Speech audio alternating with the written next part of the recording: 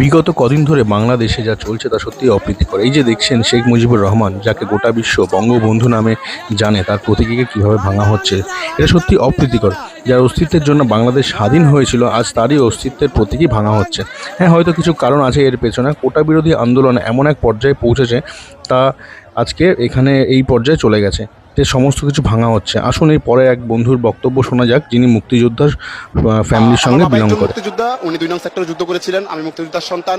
কিন্তু আমি যতদূর জানি যে বাংলাদেশ সরকার যথেষ্ট সুযোগ সুবিধা আমার বাবাকে দিচ্ছে, আমার ফ্যামিলিকে দিচ্ছে। বাবা প্রতি মাসে ২০,০০০ টাকা ভাতা পাচ্ছে।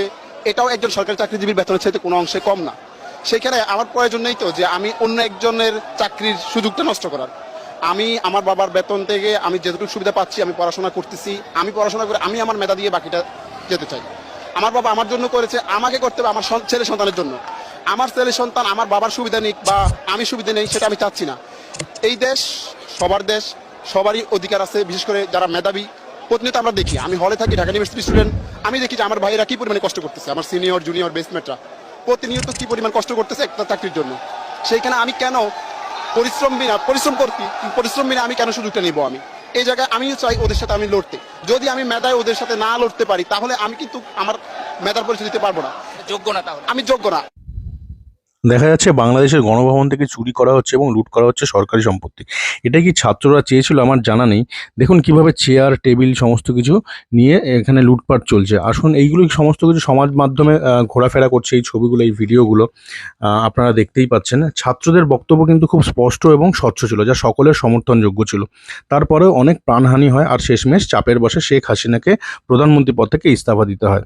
কিন্তু এইটা কি কাম্য ছিল? গণভবন থেকে বহু মূল্যবান জিনিস লুট। আপনাদের কি মতামত?